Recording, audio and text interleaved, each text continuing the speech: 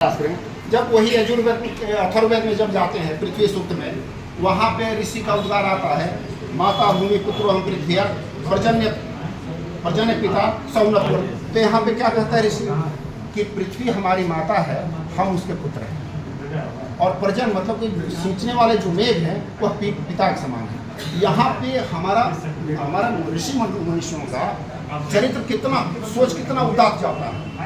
पश्चिम की जो संस्कृति रही है, जो आजकल बहुत मानववाद की चर्चा हो रही है, वह मानव केंद्रित रही है। यहाँ पे मानव केंद्रित नहीं है। यहाँ पे पेड़ पौधे से लेके और पृथ्वी के सिर्फ क्या हम ही उसके पुत्र हैं, मनुष्य ही हैं, वनस्पति भी हैं, पेड़ नदी भी हैं, नाले भी हैं, पर्वत भी हैं, पठार सब। तो वह सबको संतुलन, सब में आपसी प्रेम भाव बना रहे, सब एक दूसरे को सहयोग करते रहे। ये हमारा ऋषियों को उदात सोच रही है, उतना उनका यहाँ पर भारत बोध आता है। हम सिर्फ मानव को नहीं कर, अगर हम विकास की बात करते हैं और सिर्फ कुछ संरचना खड़ी होती है तो मानव की दृष्टि से तो हमारा विकास हो रहा है, मानवेतर प्राणी की दृष्टि से बाकी उनके लिए सर्वनाशी है। तो यह पश्चिम की दृष्टि है। भारत बोध में, भारत की दृष्टि है सबका विकास, सबके प्रति प्रेम भाव, तभी तो सब में शांति बनी है। तभी तो अक्सर पूजा पाठ में देखते हैं, सुनते हैं ना, ओम देव शांति रंतरिक्षम शांति पृथ्वी शांति रापो शांति रोषधय शांति वनस्पतः शांति विश्व देवा शांति ब्रह्म शांति सर्वम शांति शांति रेव शांति सामा शांति रदिवम शांति। मतलब कि द्विलोक से लेकर पृथ्वी तक, दृश्य लोक से अदृश्य लोक तक, सब में संतुलन की स्थिति बनी रहे, सब एक दूसरे के सहयोग रहे। ये भारत बोध है, ये सोच भारत की है। उसके बाद सब कण कण में एक सामंजस्य, सबको हम सम्मान देने के लिए बात करते हैं। यजुर्वेद के 14वां अध्याय का 20वां मंत्र है, ये अग्निर्देवता, बातुर देवता, सूर्य देवता, इसमें सबको हमने समान महत्व दिया है, देव तुल्यता प्रदान। ये भारत को है, ये भारत की सोच है।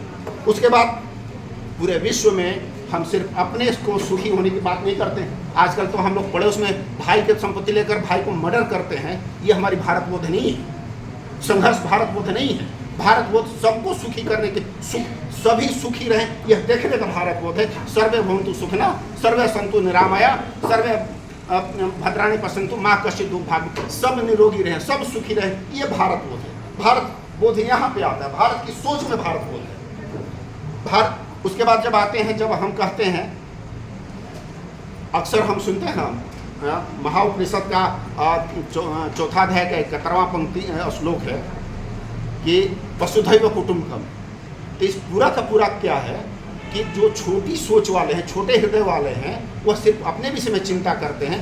जो उदार हृदय वाले, बड़े हृदय वाले हैं, वह संपूर्ण सृष्टि सुखी रहे, सभी वसुधा पे रहने वाले सभी जीव जंतु वनस्पति सभी सुखी रहें, सभी फले बढ़ें। ये हमारा भारत, यहाँ पे भारत बोध आता है।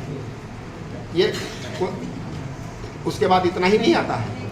जब गीता में जब लोक संग्रह की बात आप करते हैं कि जो कुछ भी हमारा कर्म है, जो कुछ भी है, हम उसके फल की चिंता नहीं कर रहे हैं।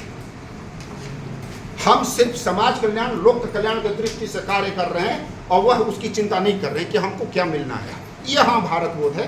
कर्मण्येवाधिकारस्ते मा फलेषु कदाचन मा कर्मफल हेतुर्भुर्मा ते संगोऽस्त्व करें। दूसरा अध्याय 47वां श्लोक। ये भारत बोध आता है।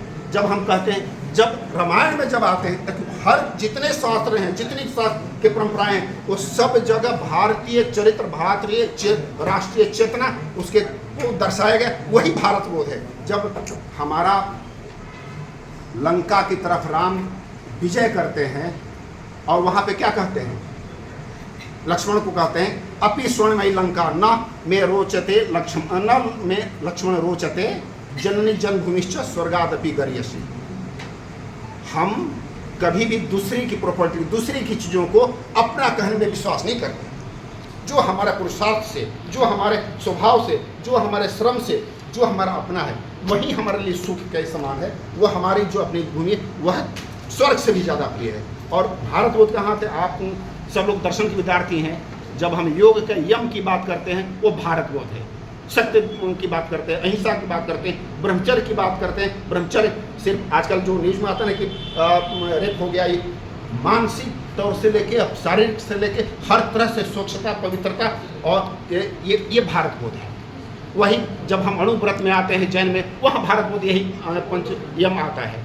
वहीं जब हम आते हैं बौद्ध दर्शन में, तब पंच महाव्रत की बात, सॉरी पंचशील की बात है, वहाँ भारत बोध आता है। भारत की चिन्ह मतलब जिस भी शास्त्र को उठाओ भारतीय ज्ञान परंपरा में, वो वहाँ भारत बोध दिखता है। वह उसमें जो संदेश है वो भारत बोध है। विशाल भी विषय है ये, 5 मिनट में ये नहीं हो सकता है।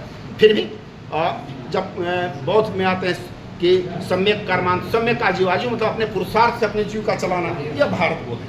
और पश्चिम, हम जैसे अभी हमने कहा ना, रामायण की बात की, पश्चिम में इतने क्यों संघर्ष हुए समाज के दूसरे को हथियाने के लिए, दूसरे को प्राप्ति के लिए। हम क्या करते हैं, नहीं, हम जो पुरुषार्थ से जो किए हैं, सम्यक आजीव है, सम्यक कर्मांत है, इसको जीने वाले, ये भारत बोध है।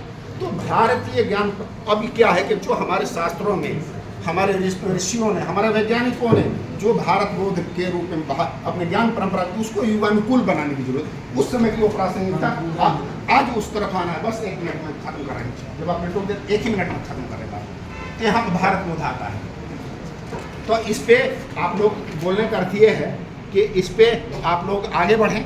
अब जैसे देखो एक विषय अक्सर हमारे यहाँ देखो मनुस्मृति में और एक जगह बात आई हुई है, 5वां अध्याय का 53वां श्लोक है। वहाँ पे बताया गया है आजकल कि जैव विविधता बनी रहे, उसके लिए चाहे प्रकृति के हर तत्व संरक्षित रहें, पवित्र रहें, उसके लिए तो बहुत विचार हुआ है।